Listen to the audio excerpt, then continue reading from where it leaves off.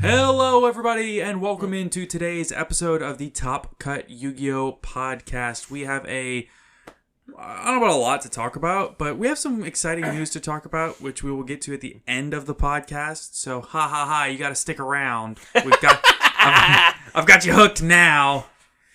Oh man, come on, man! Not that bait and switch. I have been loaded up on cold medicine due to my allergies.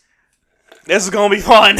So that immediately leads me into how's your day going, Caleb? It's going pretty good. I bet you feel great. Oh, I feel wonderful right about now. So much cold medicine. Yeah, if it makes you feel any better, I've actually had a horrible day, and this is the highlight of it. Wonderful. In a good way. Like, this is really gonna make my day good. It's a good way to go out. Oh yeah, most definitely. It's definitely gonna be a much better thing for that. For those of you who wondering what that what that noise was, that was me you just eating another lozenge. Another cough drop down the hatch. Yeah, boy. Woo! Yeah. Allergy season. Okay. In Louisiana, where we're just slammed with allergies all the time. Oh, today I was at work. I got hit with a 12-hour day, and just to top it all off, I work outside, and for the last 3 hours, it was on and off raining on me heavily. Oh yeah, no. And then you go outside, you can see the pollen in the air. You walk up to a tree and just slap it, and it's just yellow dust. A curtain of yellow. It looks like yellow snow, and you don't want to eat this yellow snow either. Just stay away from it. No. Like just looking at it outside of my window causes my nose to start.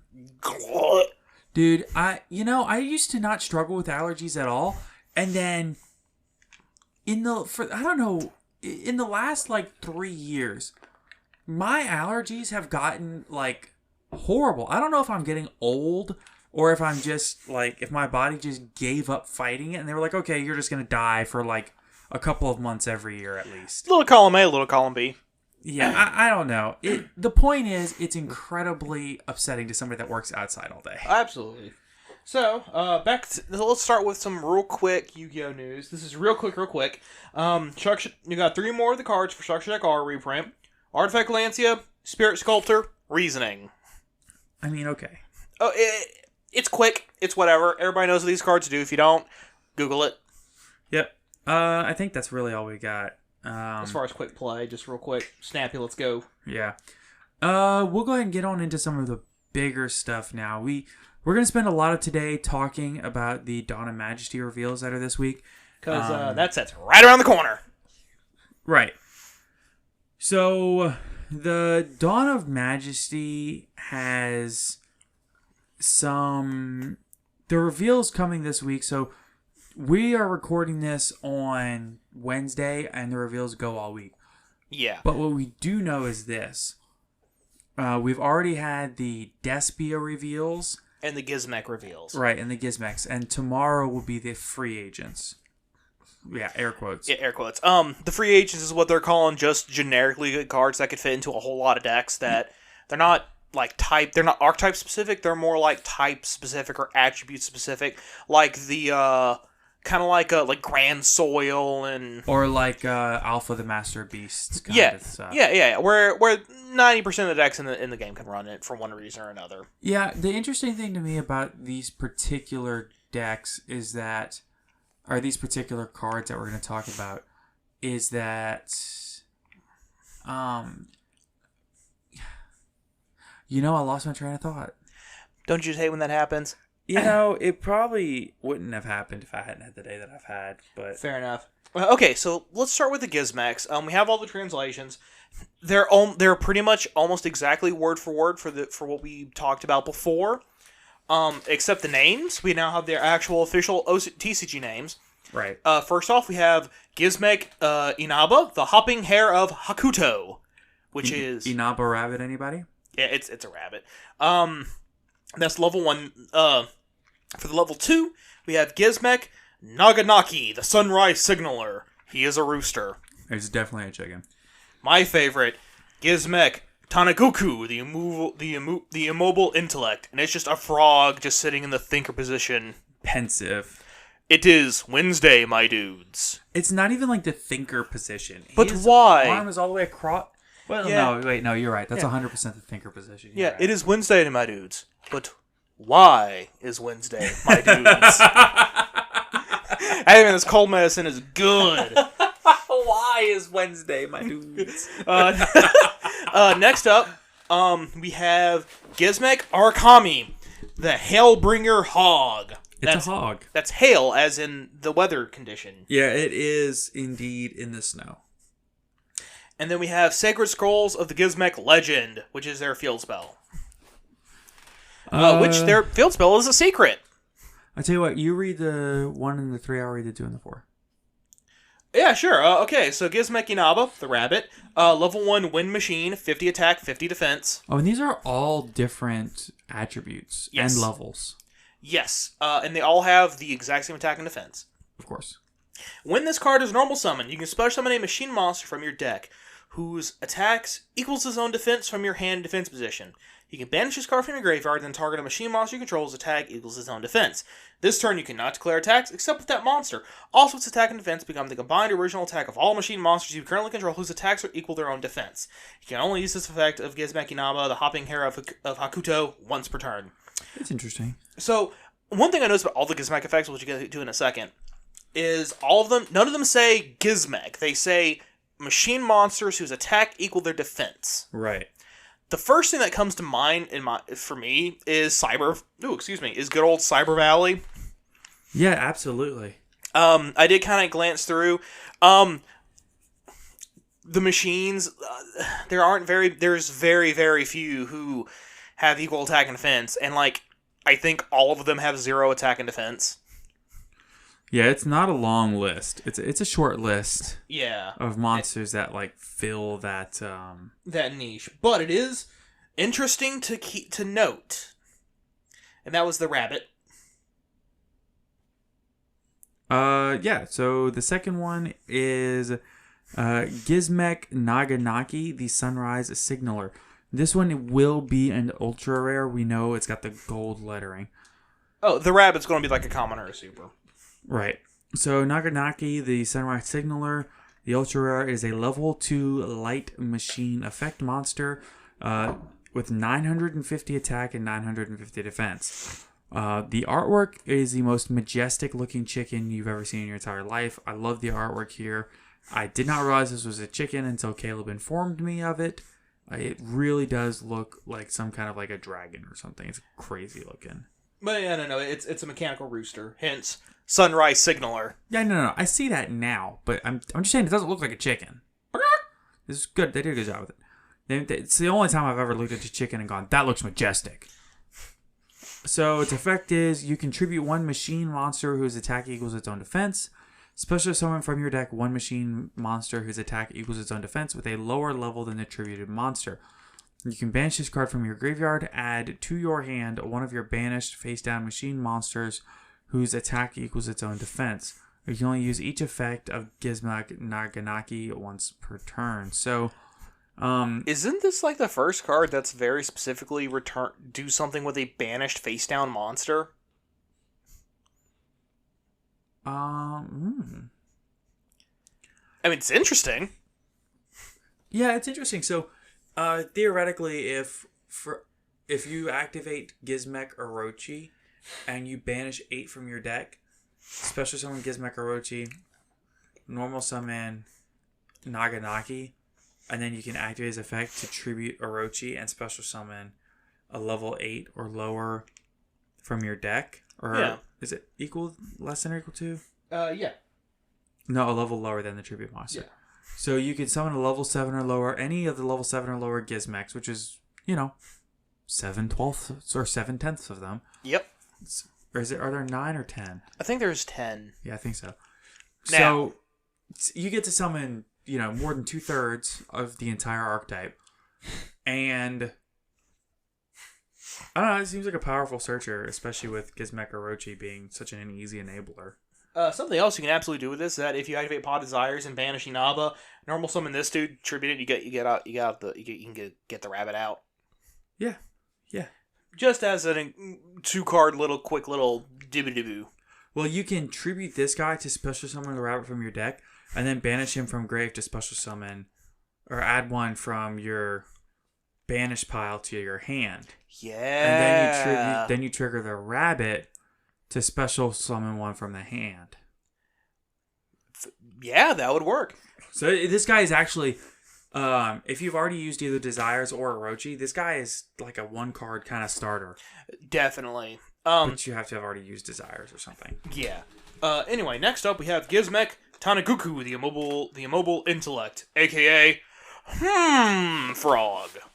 Yeah, he's definitely a thinking toad. Level 3 Earth Machine effect monster, 1450 attack, 1450 defense.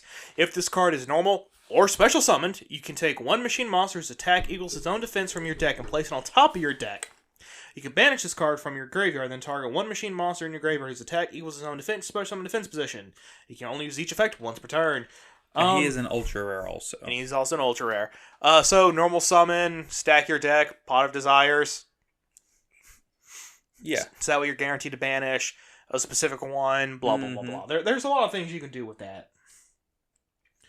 He seems less immediately impactful than the chicken, but he's got his place, though, for sure. He's got a place. He's definitely good. The next one is Gizmek Archtype, the Hailbringer Hog. Level 4 Water Machine Effect Monster. 1850 attack, 1850 defense. If you control a machine monster whose attack equals its own defense, you can special summon this card from your hand. You can banish this card from your graveyard, then target one machine monster you control whose attack equals its own defense. Send one machine monster from your deck to the graveyard whose attack equals its own defense with a level lower than the targeted monster. And if you do, the targeted monster gains attack or defense equal to the level of the monster sent to the graveyard times 100. You can only use each effect once per turn. It's a good extender. If you have any other Gizmek on your field, you can just bloop, plop them down out of your hand. Oh, yeah. That's good. Good for link climbing. Oh, yeah. I mean, not only that, he can also make some of your weaker ones get big. Yeah, definitely. Well, or rather make the bigger ones even bigger. But lastly, we have the secret of the set of this archetype. Sacred Scrolls of the Gizmek Legend. Field spell. During your main phase, you can excavate the top 3 cards of your deck, and if you do, you can add one excavated machine monster whose attack equals his own defense to your hand, and then the remaining cards face down. So more banishing for Inaba. You can only use the effect of Sacred Scrolls of the Gizmek Legend once per turn. Each time a machine monster whose attack equals his own defense is normal or special summoned, place a counter on this card. While it has 10 or more counters, another player can activate the effects of monsters on the field whose attack does not equal their own defense. So, it's potentially a floodgate. But you have to get 10 summons in a turn. You have to get 10 summons before it turns on. Yeah, and you basically have to summon 10 Gizmeks, which I could see this deck turboing through like 5 or 6 in one turn easily. Yeah. I'll have to wait and see what else. In particular, people who are smarter and know a lot more of the machine monsters with equal attack and defense right off the top of their head. There might be one out there that just kind of is turbo broken specifically because of these other new Gizmeks. This makes me wonder if there's any like Xyz monsters or something like that are machines that have equal attack and defense that you could just overlay into, because it doesn't say. That's fair. A machine type monster whose attack equals his own defense is normal or special summon. So, like, realistically, if you can summon 2 and then, Xyz into another one, that's another free. Yeah, or even, Exceed. None of them are tuners, so Syncro's not going to work. Link's not going to work because they don't have a defense stat. Exactly. It would have to be Xyz, which they already have a good level 8 package. Oh, yeah. But and a good level 4, but you have to open 2 hogs. Yeah. It's just a little bit too much. Yeah, it's a little too iffy. But we'll have to wait and see. It's definitely interesting. Yeah. The next thing we want to talk about is the Despia Archtype. You want to take us away on that? Yes, so first off, we have Alibur, the Jester of Despia. And for those of you who know, prepare for that stab again.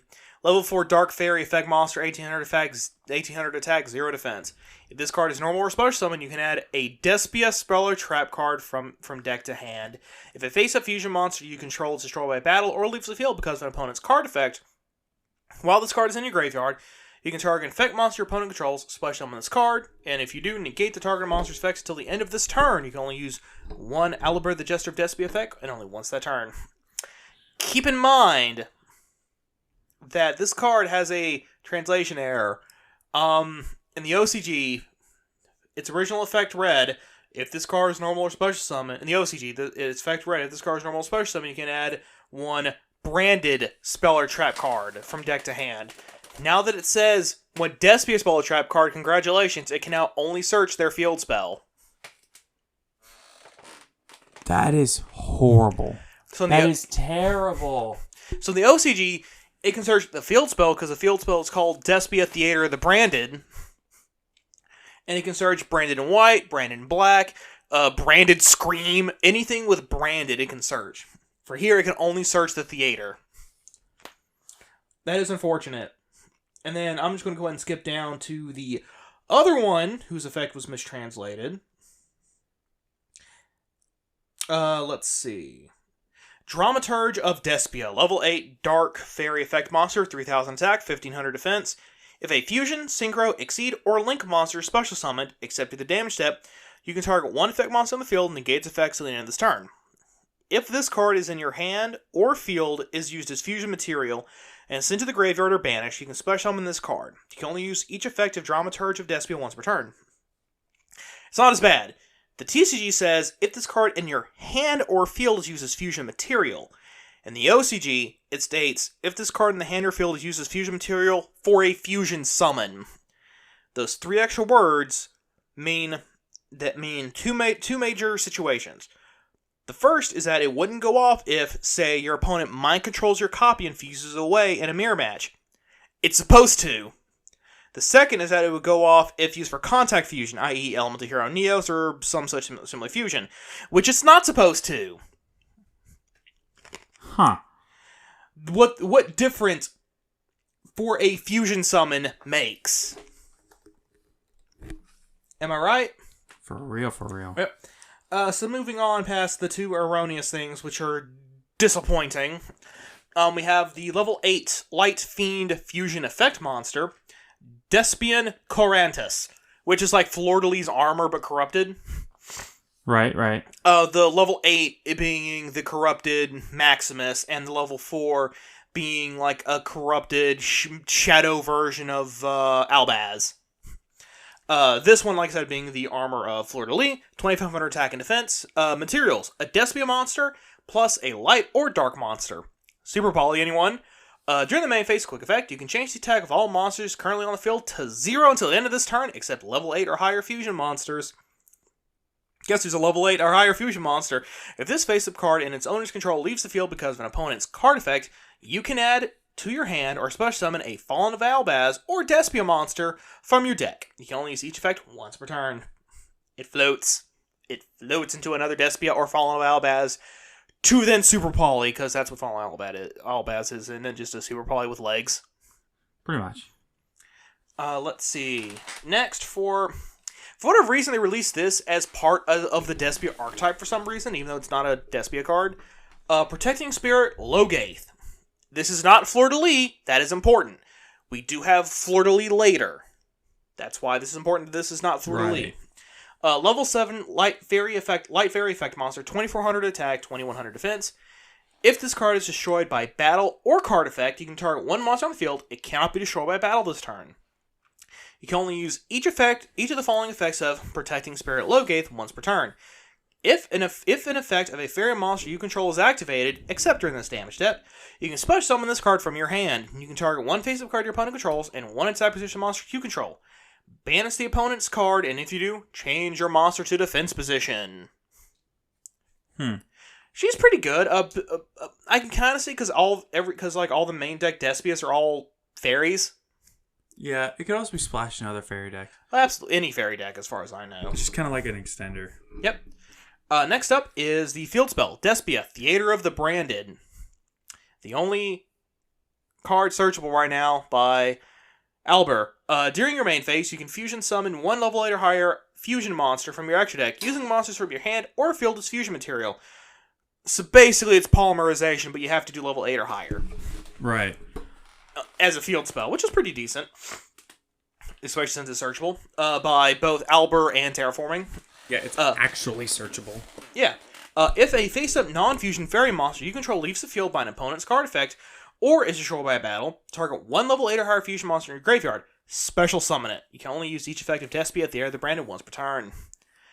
So if your opponent does anything to your fairy Despias, because all the fusion Despias are all fiends, all of the main decked ones are all fairies. Right. So if they do something to your main decked fairies, you can pull out one of the fusion, you can recur one of your fusions, and it becomes a problem again. As well as Logate. Oh yeah. Next up we have Branded Opening, quick play spell card. Discard 1 card, then take a Despia monster from your deck. Either add it to your hand or special summon in defense position. Also, for the rest of this turn, after this card dissolves, you cannot special summon monsters from the extra deck, except fusion monsters. If a fusion monster you control be controlled by card effect, you can banish this card from your graveyard instead. You can only use each effect of Branded Opening once per turn. Okay. It's a starter. Yeah. I mean, it's a neg 1. But it's a starter that can also let you protect one of your fusions. I can already think of a good way to use that. Then we have basically the corrupted Dogmatica altar thing. Despian Proskinion, level 8 Light Fiend. I really like these Dark Fairies and Light Fiends. It is an interesting dynamic. 3200 attack, 3200 defense. Materials, a Despia monster, plus a Light monster, plus a Dark monster. That sounds really difficult to do in this deck. Oh, yeah. Super Poly deck would just struggle with this, right? Yeah, exactly. During the main phase, quick effects, you can target a Fusion, Syncro, Exceed, or Link monster in your opponent's graveyard, banish it, or special summon it to your field. Wow. Yeah, it's Goyo Guardian, but better. Kinda. You do have to target a Fusion, Synchro, Exceed, or Link monster that was successfully Fusion, Synchro, or Links, or whatever summoned. For you. But it's still a quick effect. Like, it could potentially be an interruption. Oh, absolutely. When this card destroys an opponent's monster by battle, you can inflict damage to your opponent equal to that monster's original attack or defense, whichever is higher. You don't see that very often. Normally, it's one or the other. Right. Usually, it's always been attack. In this case, it's attack or defense. And usually, it's whichever is lower. Sometimes. It gives you the option. Yeah. And then we have Despian Tragedy, level 1 Dark Fairy, 400 attack and defense. If this card is sent to the graveyard or banished by a card effect, add a Despia monster from your deck to your hand, except itself. You can banish this card from your graveyard, then target 1 branded spell trap in your graveyard, set it to your field. You can only use 1 Despian Tragedy effect, and only once that turn. So, you can send it to the graveyard, add a Despia monster, next turn, banish, add another one. Right. That's some good recurability right there. Next up we have, and lastly for the Despians, we have Despian Comedy. Everyone laugh. Where there is tragedy, there must also be comedy. Yes, exactly. A level 1 Dark Fairy effect monster. 0 attack, 2000 defense. When your opponent activates a card or effect that targets a face-up Despia cards you control, quick effect. You can discard this card and negate the effect. It's just an Omni negate for targeting. You can discard. You can tribute a fusion monster to special summon this card. You can only use 1 Despian Comedy effect and each per turn and only once. I don't get the whole tributing a fusion monster to special summon it, but well, if they like Imperm or something, your fusion, and you kind of need it, that'd be a good way to get to the graveyard so you can just recur it later. Yeah, I don't know. I'm not convinced on this deck. It's not that I think it's all bad cards. I just don't think any of them are good. Well, the thing about the deck is that it's not meant to be played by itself. You're supposed to play it. It's splashable. It's a splashable engine. Yeah, it's supposed to be kind of like the Dogmaticas, where it's splashable because it's just the Dogmaticas corrupted, right? Or hypocritical or whatever. Yeah. Well, regardless, I don't see the deck making a huge competitive splash over here, especially now that it's been butchered. Yeah, literally, they messed up one word on one card, and the entire archetype is almost completely unplayable. Right. So, I did a little digging, just real quick, in the background, because I'm good like that. I found some Xyz monsters, some machine Xyz, whose attack and defense are equal. Ooh. All of the relevant ones. Do share with the class. A rank 4, whose material is 2 level 4 machine type monsters.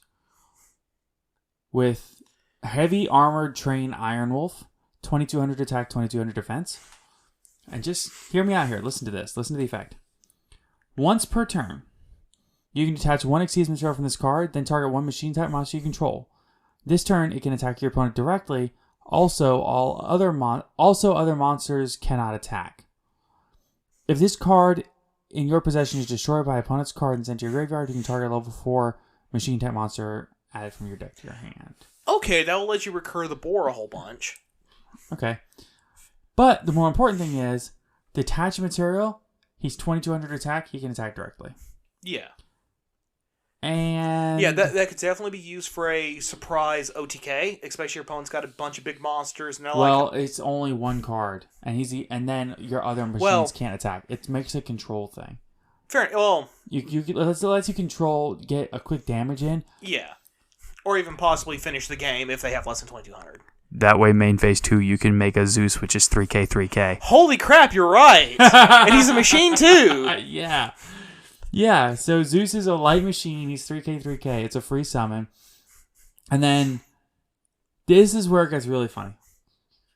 So, the Gizmeks, they do go up to level 10. Mm-hmm. The level 10 is, as long as there's 2 special summoned from the extra deck monsters on the field, you can special summon it from your hand. Oh. And Gizmek Uka, I think, is which one it is. The interesting thing, though, is that he's level 10. And there's a level 10 Xyz machine monster that's 3k, 3k that you can just go into. You can hard make Zeus. No, Gustav Max. Zeus is 12. Oh, Zeus is 12. Yeah, Gustav. 2 level 10 monsters, detach, burn for 2k, and then overlay into Super Juggernaut League, which is 4k, 4k. There we go. Who himself is? That's an OTK engine. If your opponent makes 2, and like if your opponent makes 2 extra deck monsters, that's an OTK right there. Yeah. You have to open both of them, but it's real easy to sit there and manipulate your hand. No. If it's any on the field, your opponent doesn't have to make them. It's any on the field. Well, no, that's what if you have 2 on your field, that counts. But yeah, and Gizmeks do a whole lot of just kind of manipulating who they have in your hand. So I think it'd be pretty easy to get 2 level 10s and. Yeah, no, I'm telling you, those 4 cards. So you could run 1 Lee, 1 Gustav Max, 1 to 2 Zeus. The Iron Wolf, because it's a direct attack. You can run the Iron Wolf train or whatever it's called. And then, as your Zeus package, I would probably run 2 Zeus.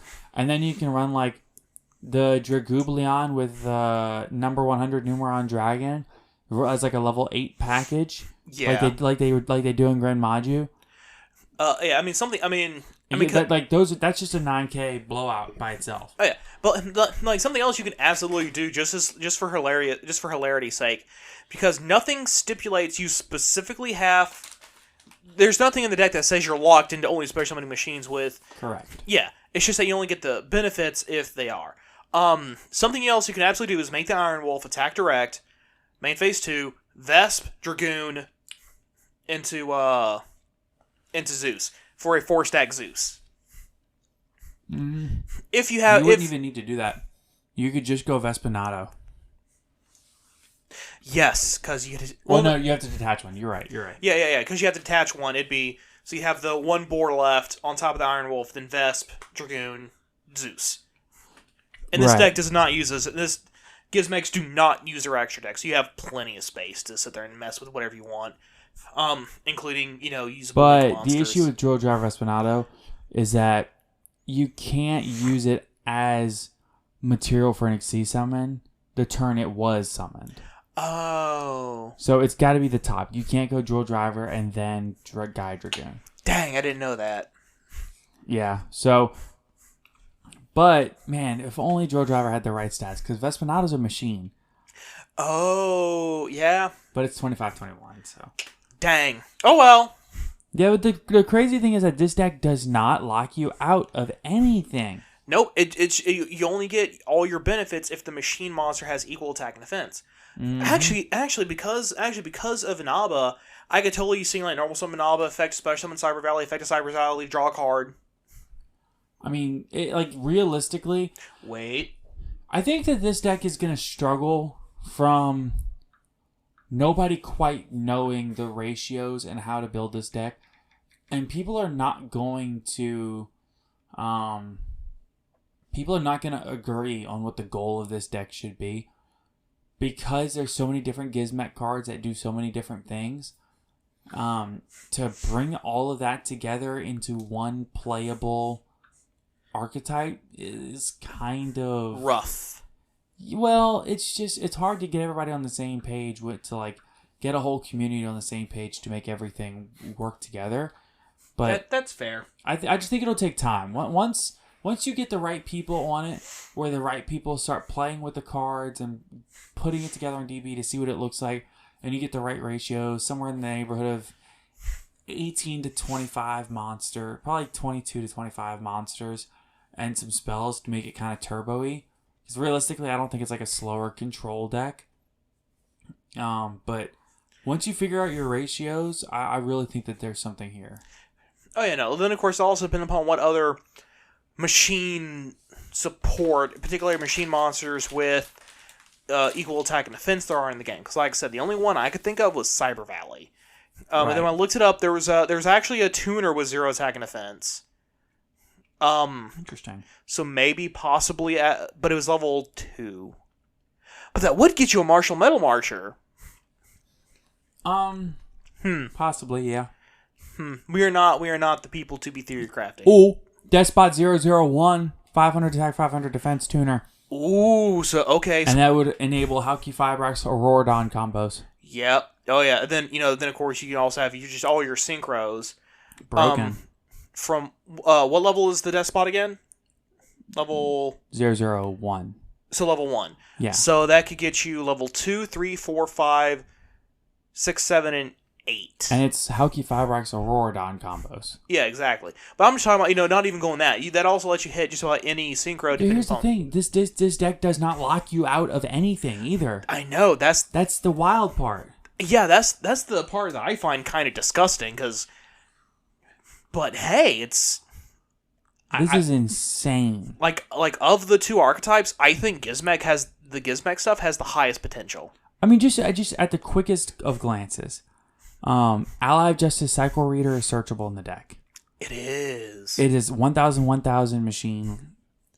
It's also a tuner, level 3 tuner. So theoretically, you could summon it off of Halki Fibrax instead of Despot, and you would have if your main deck one Cycle Reader.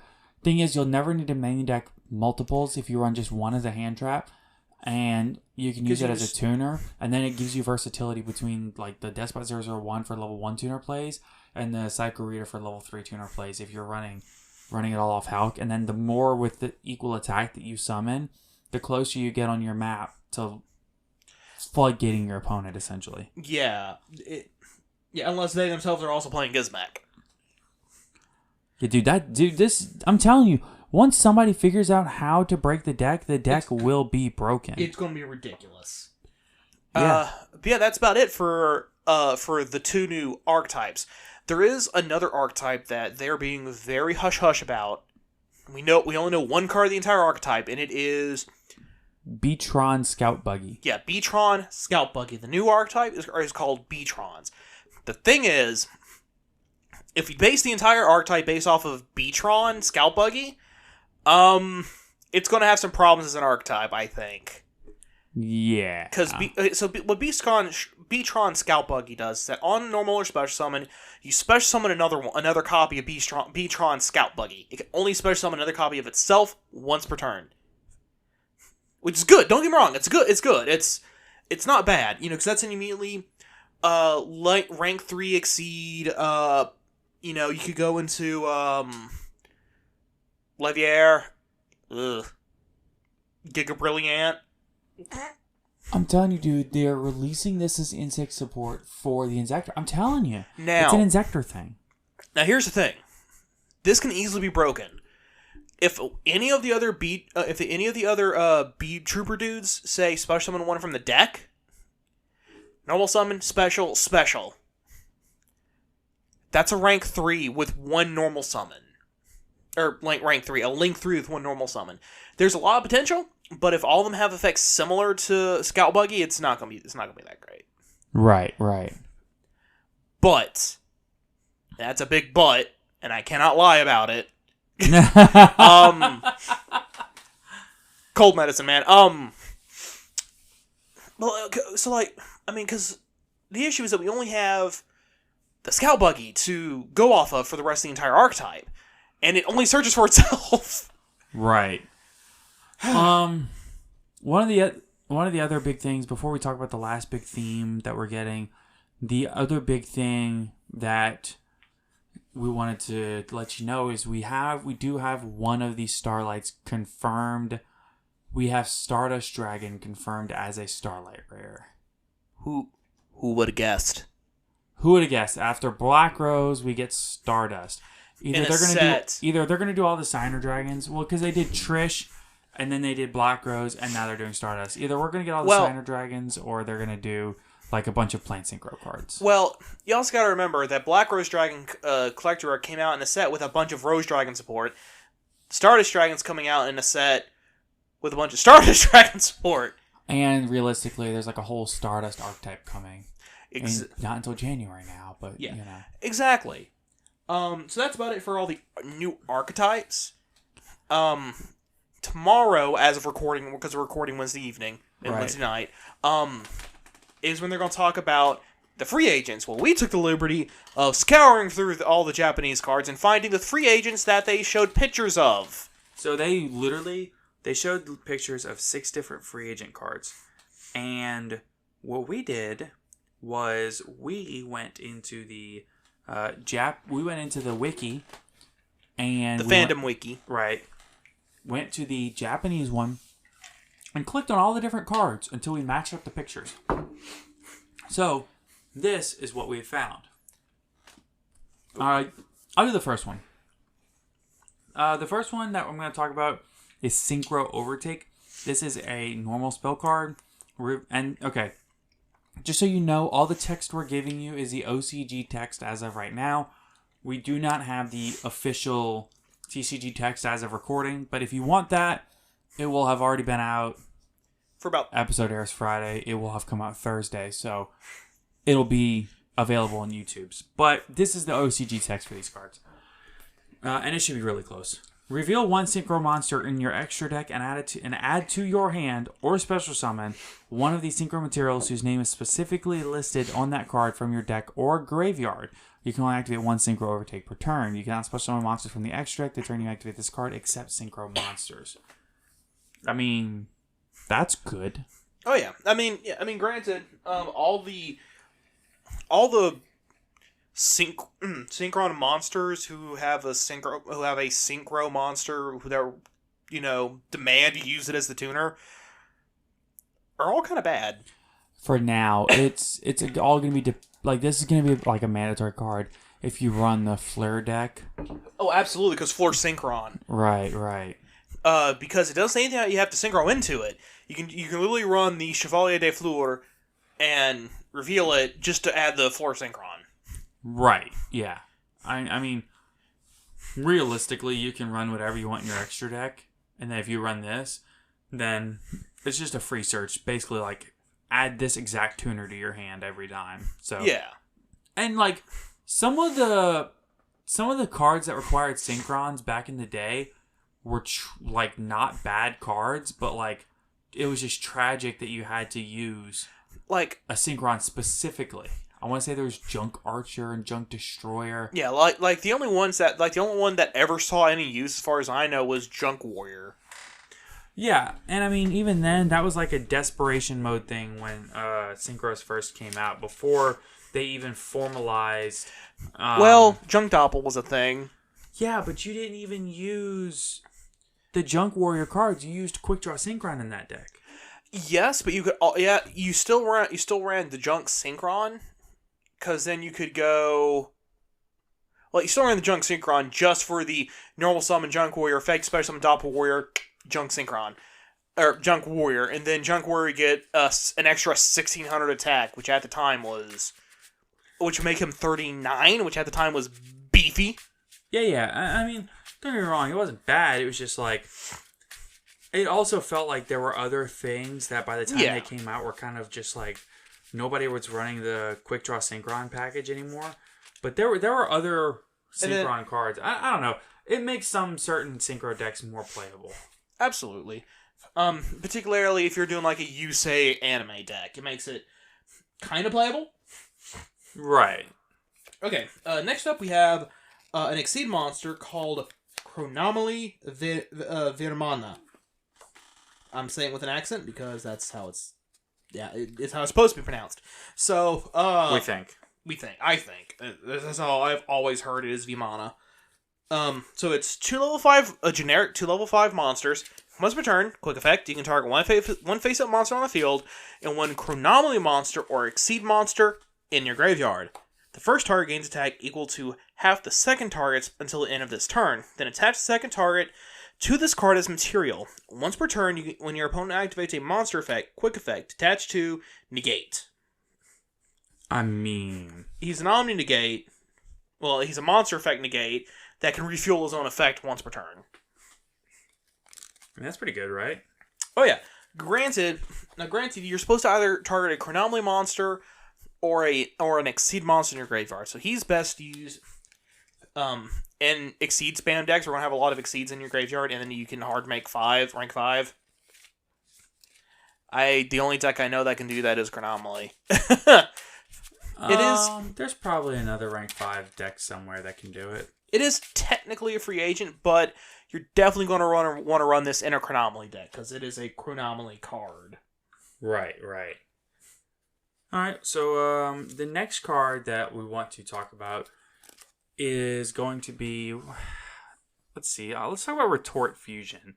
So it's basically this is a retrain of Instant Fusion. I kind of like it because in the artwork, it's like a little, it looks almost like a pack of sleeves of some sort or something, and it's got a picture of magical scientists on it, which I love. Yeah, and it says Fusion on it. Well, okay, so Instant Fusion is like instant cup ramen. Oh, okay. This is like the instant like packs where you open where you just kind of. I never put that together. I always thought Instant Fusion was like a scroll. No. It's instant ramen. Also, if you notice, it says on the side of it that Instant Fusion costs 1,000 yen. Really? And you pay 1,000 life points. That's funny. Also, look on the artwork at the very bottom right of the packet. Yeah, it's got a little 1,000 on it. That's funny. So it says pay 1,000 life points, special summon 1 level 6 or lower non-effect fusion monster from your extra deck, but it cannot attack. Also, it is destroyed during the end phase. You can only activate 1 Retort Fusion per turn. It's a powered down version of Instant Fusion. Instant Fusion is just any level 5 or lower fusion. This is a level 6 or lower non-effect fusion monster. I think there's a certain amount of argument that this card is potentially just as good as Instant Fusion or better. Well, I mean, because all the pertinent Instant Fusion targets that I can think of off the top of my head, excluding like Millennium Eyes Restrict, you would also hit with it's Millennium Eyes Restrict and then the Magic Key Fusion are like the only two effect fusions I would think you would go into, because the level 5 tuner one is a non-effect monster. Sea Monster of Theseus. Yeah, Sea Monster of Theseus is a non-effect monster. Then there's also a level 2 fusion tuner in this set. Right. Whatever the final silence or something. Anyway, that's also a really good target because it's a level 2 tuner that you can just instant fusion or even retort fusion out. I could see possibly somebody actually running 3 copies of Retort Fusion and the 1 copy Instant Fusion. I mean, yeah, I could definitely see that. Again, Sea Monster Theseus and this new level 2 tuner. Granted, the Zhang deck, which is running Instant Fusion, to make the Magic Key Fusion. The Magic Key Fusion is a tuner, but unfortunately is an effect tuner. It has an effect. Unfortunately. Unfortunately. But yeah, no, that's Retort Fusion. Next up, we have Wolfrayet, the Stellar Wind Wolf. It is a level 9 beast synchro with 2500 attack and 0 defense. Materials is 1 tuner and 1 or more non-tuner monsters. It is generic as generic can be. Let's see. Its effect is you can only control one Wolfrayet, the Stellar Wind Wolf. Each time another monster effect is activated, while this card is less than 4,000 attack, this card gains 300 attack. So it's at 25, then it goes to 29, and then up and up and up.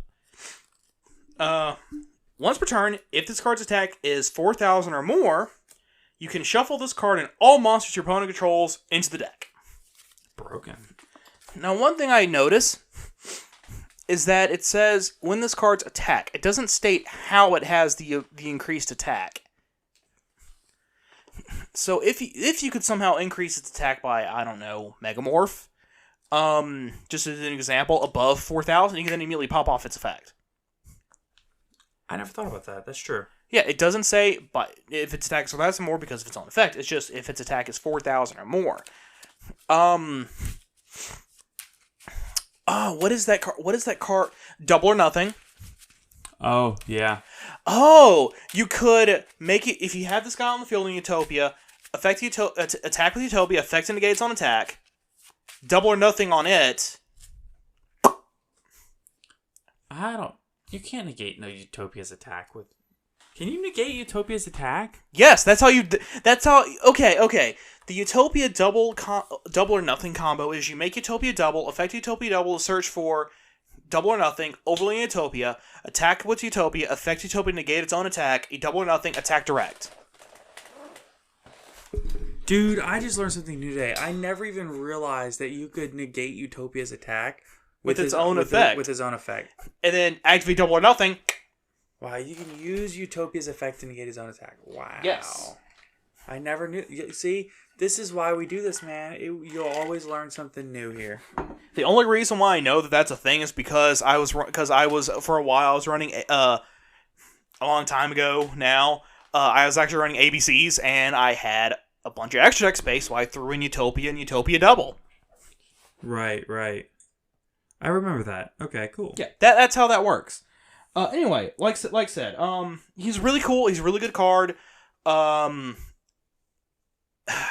Like, if only he was, like, 300, it's going to take him a while to get up to 4K. Like, is it 25 to 28 to 31, 34, 37, 4K. 6 monster effects have to go off before he can get his effect off.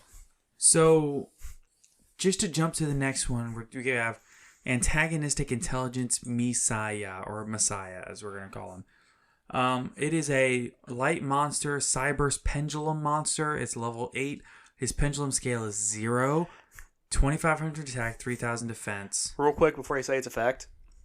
Right when you said pendulum, I could feel the collective eye roll of a lot of people as soon as you said pendulum. I'm sorry, Triff. I'm not a fan of pendulums. I think the entire mechanic should be deleted from the game of Yu-Gi-Oh! I know it's a strong opinion, but, like, I'm a big fan of links. I'm a big fan of synchros. I'm a big fan of Xyz. Love Exceeds. Yeah. Xyz are probably my favorite extra deck mechanic. Links are fun. I really like links. Xyz are probably my favorite, though, just because that was the biggest thing when we were, really into the game. At our biggest point. Well, I'm probably bigger now into the game than I've ever been. But same. You know what I mean? Like, when we were, like, really getting into it on a competitive scale, that was the thing. So, but yeah, pendulums can go die in a hole. I know that we have listeners that I've talked to that really like pendulums. I have no love for the mechanic. They were released after we left the game and nerfed into the ground before we came back. Listen. I'm like, you know how a lot of shows who have co-hosts, have 2 hosts. They always have one host who's like super super positive, the other one's super negative on some things. In this case, he hates pendulums. I think they're alright. Yeah, I don't know. And, some of it might be trepidation because, I know so little about the mechanic as far Probably. as what they're capable of. I've never really played against pendulum decks, so I don't really understand how to stop them and what to do against them, except just pop the scales. But, other than that, it's intimidating knowing what they're capable of. They can be intimidating. I think that's part of the reason I don't like them. But anyway, so back to this guy. Back to Messiah. Yeah, dude, this guy's broken. Yeah, first off, what's his pendulum scale? Pendulum scale is 0. No, I think there's 3 other cards in the entire pendulum monster in the entire game with a pendulum scale of 0. Yeah, that's not a lot. So his pendulum effect though, any non-monster card sent to the graveyard is banished instead. Broken. Dude, I could see people running this card anyway, even though they're not a pendulum deck, just to activate this thing in its pendulum zone and just let it sit there. Yeah, I'm this is a side deck card against Eldritch. Oh, it's also a side deck card versus Sky Striker. Yeah, it probably just wins you the game against Sky Striker. Because they recur from the graveyard. If they activate... It makes all of their spells exactly one-time use. Engage becomes one-time use. Yeah, they already have to run quick play removal like Cosmic and Twin for the possibility of IO or anti-spell. That way they can change the activation of that card. But this makes it where they super have to run those. Yep. Oh, they have to run Twin Twister because if you activate that and then activate Cosmic to target it, and you just flip IO. Yeah, RIP. Yeah, it puts spell-heavy decks into a tough spot. The monster effect is also crazy. You can reveal this card in your hand, add one other pendulum monster from your hand, or one card from your pendulum zone to the extra deck face up. And if you do, special summon this card. You can only use this effect once per turn. Well, this effect of Messiah once per turn. If another monster is normal or special summoned while this card is on the field, send that monster to the graveyard during the end phase. That's it. And that card is not that effect is not once per turn. That is ridiculous.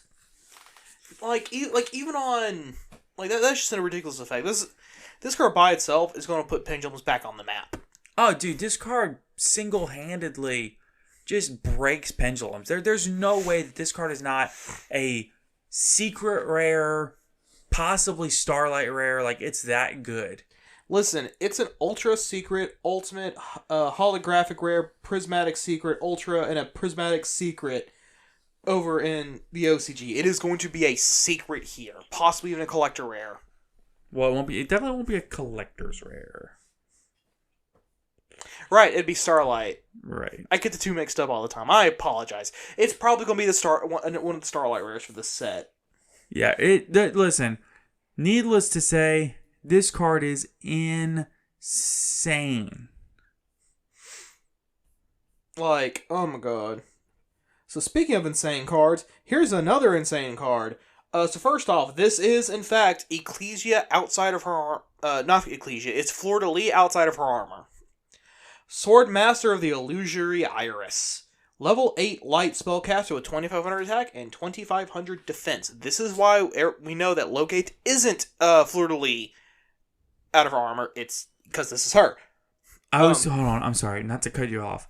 I was curious, because we said the rarities for that Messiah.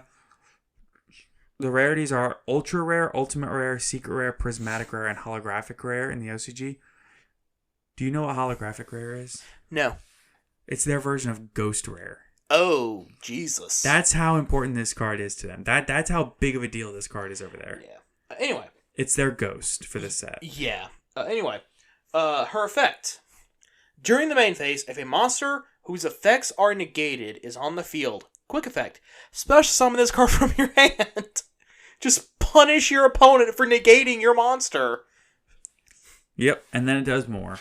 If your opponent special summons a monster, you can activate one of these effects based on where they were special summoned from. Hand. Special summon a monster from your hand. Any monster. Deck. Got him. Deck. Draw 2 cards. Got him again. Extra deck. Destroy one of those monsters special summon from the extra deck. You can only use each effect of Swordmaster of Illusory Iris once per turn. And she's also the Secret, Ultra, Ultimate, and Prismatic Seeker, but she isn't the holographic rare. Yeah, they're only gonna have one ghost in the set. Yeah. Yeah, she's ridiculous! Oh, she's for sure insane. And, like, level 8... You know, like if you go into level 8 monster, you activate its fake, your opponent veilers it, you just go special summon, overlay into whatever rank 8 I want anyway. Yeah, I mean... If only she was a machine. Yeah, I was just thinking that, because she's got identical been attack and defense. Well, no, I think you would still run... I think you would still run this in... Just for the accessibility of the rank 8 package? Exactly, and then you can, like I say, you can also punish your opponent for daring to negate your monster effect. Yeah, I mean, you're honestly not wrong. And then, okay, so there's a really interesting thing about this card to me. And I don't know exactly, we'll know by the time this episode releases, but from the way the translation is reading, it says you can activate one of these effects depending on where the monster was special summoned from, which means they're each a different effect. And then it says you can only use each effect once per turn. So that makes me believe that you can use the hand, deck, and extra deck effects once per turn each. So that's the way it reads to me, anyway. Yeah, I could see that, but I don't think that's the way it's supposed to work.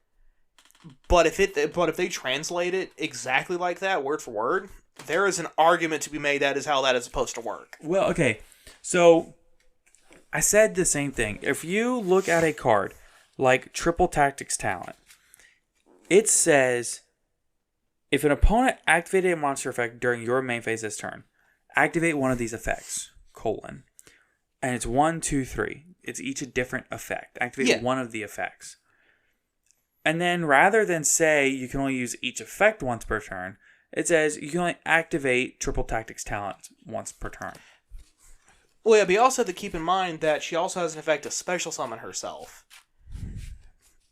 So I think you can only special summon her once per turn, and then one of those 3 once per turn. Is the thing that I think is the way it's supposed to work. That makes sense too. That'll be a translation thing. We'll have to wait. We'll know tomorrow. I think more than likely you're correct, but it is an interesting thing to keep an eye on when they translate this. Oh yeah, I know. It's definitely something to look for. Well, for us tomorrow, for y'all yesterday. Right. For y'all, go watch the video and you'll know. Yeah. And those were the 6 free agents that they showed off in the video. Yeah. Overall, I don't know that Dawn of Majesty will be the most impactful set. Honestly, I think it'll be better than Blazing Vortex. It will not be as good as Burst of Destiny will be later this year. It won't be as good as... Boat is going to be big. Yeah, honestly, I don't even see it being as big as like Phantom Rage was, because like realistically, you got multiple tier 1 decks, and you know, like Zeus and stuff out of Phantom Rage. That was actually crazy. Yeah. So somewhere in between those. Oh, definitely. Maybe a little bit better than Lightning Overdrive. I could see it. So, that's it for the Dawn of Majesty stuff. We know it's at pretty much the end of the episode, but we're going to take a short little ad break, and then we will hop into what we want to talk about with the future of the podcast and some big announcements. So just a couple of other things that we wanted to talk about. This is kind of like future of the podcast stuff, and this is more of a macro topic, but we wanted to first of all make the huge announcement that we have created a Discord server for the podcast. Now, what this means is, as of the day of release of this episode, there will be a link in the description. It is an invite link, and you will also be able to find the link on our Twitter account if the one in the description, for whatever reason, doesn't work or we forget to put it in or whatever. Yeah. So you can go to either our Twitter account or you can go to the description of this episode of the podcast. You can find that link to our Discord server. The Discord server, we have big plans for. We think it'll be a very cool place to come in and hang out. So far in the server, we already have a lot of categories and things. We have all our rules posted. We have a bot that automatically lets you know whenever we tweet or whenever Konami tweets. We've got a place for feedback. We've got a place for suggestions. We've got a place where you can just discuss the podcast and what we've been doing on it. We've got places to talk about Go format, 2011 playing Syncro format, 2014 Nationals format. We've got a marketplace. We've got a place to just post memes or talk news, whatever you want to do. We also have duel rooms, so if you wanna remote duel some peeps. Right. Rulings, questions, places to find remote duel partners, and like Caleb said, we have remote duel rooms set up just for that. Hopefully, we'll, once we get a big enough base, we can basically just, you can hop into remote duel rooms and do your remote duels as you see fit. The other thing that I'm really looking forward to, and this is something that we have talked about a little bit, I would like to use this server to host maybe a tournament every now and then. I'd like to do every week. It'll depend on my schedule personally because I am a ridiculously busy person, which is not to anybody's, not for anybody but myself. But something I was thinking about is I have a binder. It is not my main binder, but it's kind of like a little side binder. It's got some cool stuff in there. Caleb can attest to this. It doesn't have any it doesn't have like the ulties and the $50 cards and stuff like that. But it's got some cool stuff. Some cards that, somebody may be looking for. And I think what I'm going to do is we'll do free tournaments.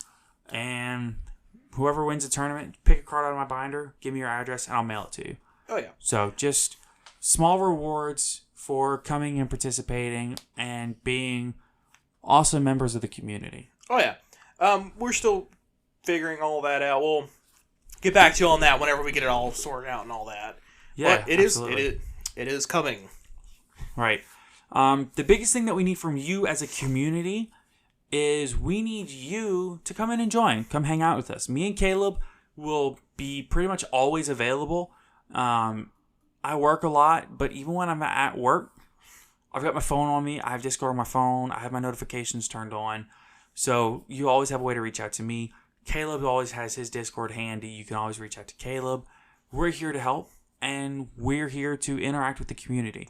So if you want another place to interact with us outside of Twitter, this will probably be your best bet. In fact, I would argue that this might actually be the best place to interact with us outside of Twitter.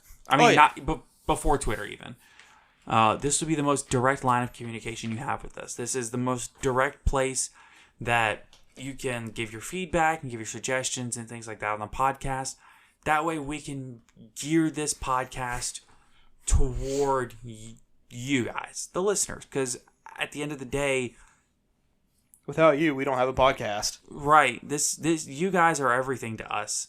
Whatever you want, we do. I mean, we did a poll on our Twitter account to see if we should even make a Discord server, and it was a unanimous decision. There were no votes. It was all yeses. So here we are. I really can't begin to say enough how much it means that we're 3 months into this, maybe 4 months into this, and we're already at a place where we have a community that's like, hey, make a Discord server, let's get this community really ramped up and growing. That means the world to me. Caleb, I wanted to ask you, so I know this is getting a little bit much for what we're doing right now. Just the announcements, but what are your goals, if you don't mind me asking, for the podcast? Well, I have what I like to call I have two goals basically. One is a more, I'm not gonna lie, it's a little more selfish. Mm-hmm. And that I would love to make this like a full-time job gig kind of thing. Absolutely. I would love to do that. I will admit it's a little more on the selfish side. I understand. Yeah, have my hobby that I love so much pay for itself, And not just pay for itself, but like pay for your living. You know what I mean? Yeah. Like, So that's a dream, though. yeah. So that way I can afford to then continue. That way I can put even more money into this hobby that I love, because that's what hobbies are for, is money sink, basically. Well, and not even just put more money into it, but just like put more time into what we're doing here and nurture this. Oh yeah, then once all of this beer bucket stuff is all gone, right? Be able to have the time and the funds to go out to all kinds of different tournaments. Maybe not even participate in half of them, just to show up and see, trade, talk to people, see what other people are doing, that kind of thing. Right. Then my other, which is a little more realistic goal, is just to kind of give back to this whole community in this game that I've loved since I was a kid. Because I remember being 8, 9, I think, at my grandmother's, watching the anime, just holding the cards I got out of that one pack when Absolutely. The thing that really locked me into this game, though, was one year for I very distinctly remember this. One year for Christmas, I said I told my dad, because me and my dad would build like these little wood models. Yeah. Yeah. And I really love this. I was like, hey, I want something that's a little more substantial than these little wood models because they break real easily. Mm-hmm. He goes, okay. And then at Christmas, I get a Gate Guardian model and a model for the Winged Dragon Raw. I've been friends with you for over a decade, and I've never heard this story. Yeah. Sadly, they were both broken. As they happened with kids. Yeah, they fell. No, actually, I put them together and I put them high up on my shelf. And one day the shelving kind of broke. Oh, and they fell, and the Gate Guardian broke off between the Kazujin and the Suijin. Of course. Yeah. And the Winged Dragon Raw just scattered in a bunch of pieces, and I could never find all the pieces again. Oh, man, that's tragic. Gate Guardian is my favorite monster in the game of Yu-Gi-Oh! Yeah. I have a Gate Guardian keychain hanging from my Yu-Gi-Oh! Backpack. I love Gate Guardian. I got a secret rare, not first edition, but an unlim Gate Guardian recently, and I'll never get rid of it. I like, one of my dream cards to own is a secret rare first ed Gate Guardian. Maybe I'm one sorry. day. I just got off on a heck of a tangent. No, it's fine.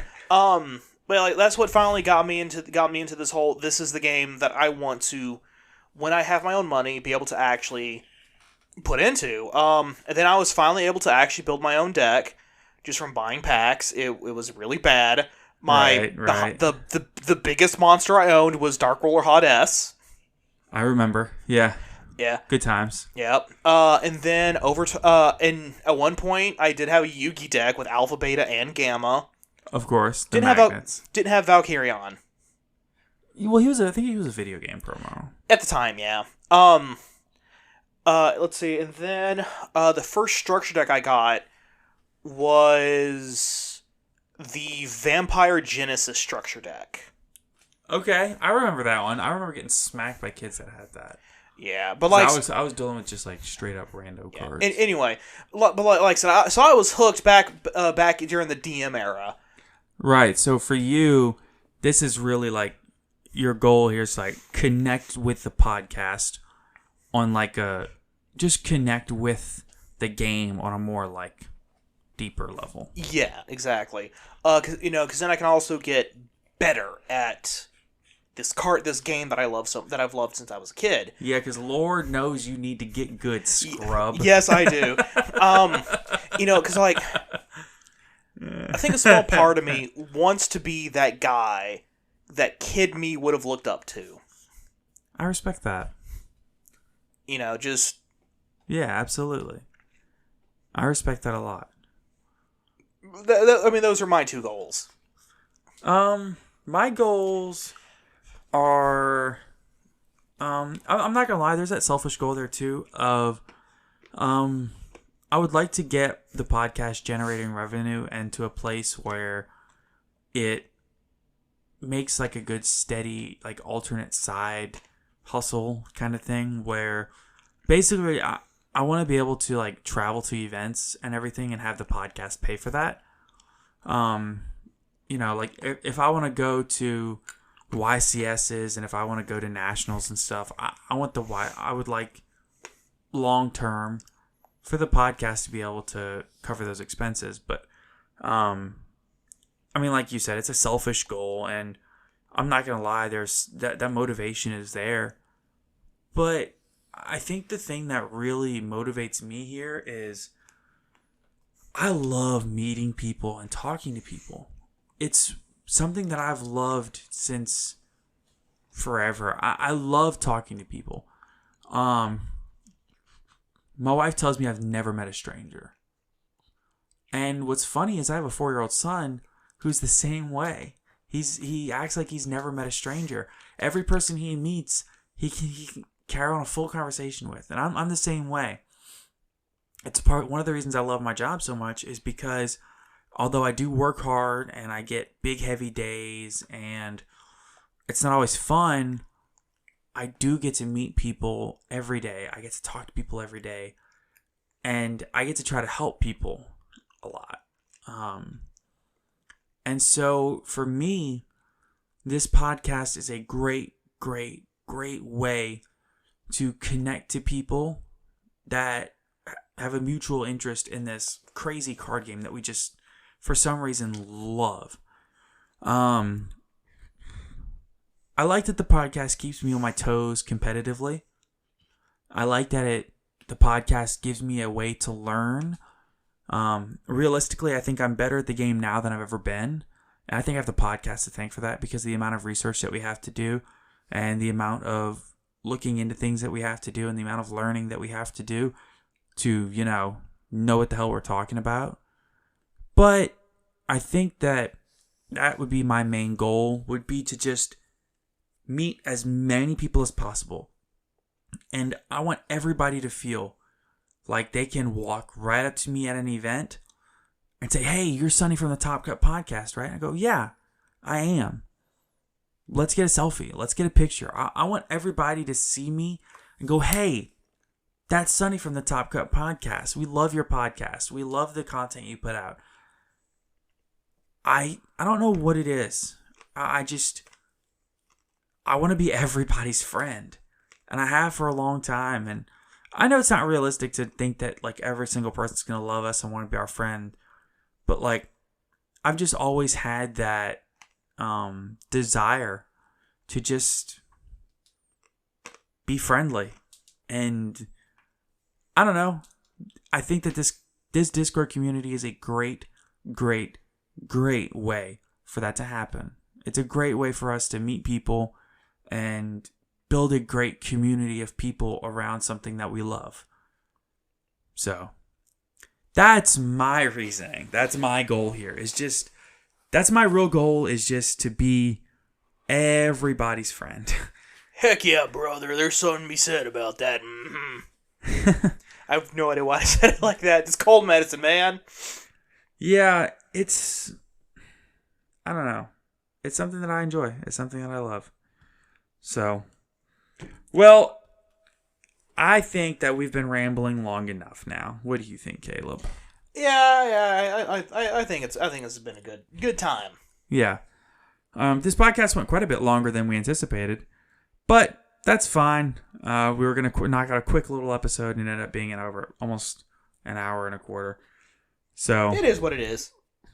It's, you know what? It's not the worst. But before we go, we do have some plugs to do. Be sure to check out the Top Cut Podcast Twitter, at @DatChumley and at JamTheMan17. That is the podcast official account, my account, and Caleb's accounts respectively. Give us all a follow, give us some likes, some retweets. It's always great. Be sure to tell your friends at your locals about the podcast. Spread the information. If there's maybe somebody in your locals group chat is asking, "Hey, has anybody heard about the new cards? Do they know what they do?" Just send them a link to the podcast. We'll tell them all about it for you. Be sure to check out the Team Dark Arm Dealings Yu-Gi-Oh channel. There will be a link in our description below. Somebody's from our locals. They have a great channel. They do a real cool dudes. Absolutely. They do some great competitive content, and it's definitely worth checking out. We ask that you please join our Discord server. It's the first time I get to say that one. Oh, yeah. it is it's going to be a great place for us to get together, build our community. Like I said, we'll hope to have regular tournaments there, hopefully on like a weekly basis. And we'll jump around different formats if people want. It's whatever. It's all up to you guys. It's all up to the community. So if you're listening on Apple Podcasts, please leave us a review, leave us a rating. We have several ratings and reviews already. And I got to say, you guys are so kind. We're so thankful and we're so appreciative. It means so much to us that people love this podcast and do give us that 5-star review and do leave us good ratings. Caleb, you have anything to add? Nope, that about sums it all up. All right. Hopefully we'll have some more great episodes coming to you soon. I think we have a couple of interviews lined up coming in the future. So stay tuned and be sure to check us out on all forms of social media for any updates that you may need. Have a good one, everybody. Take care, everybody.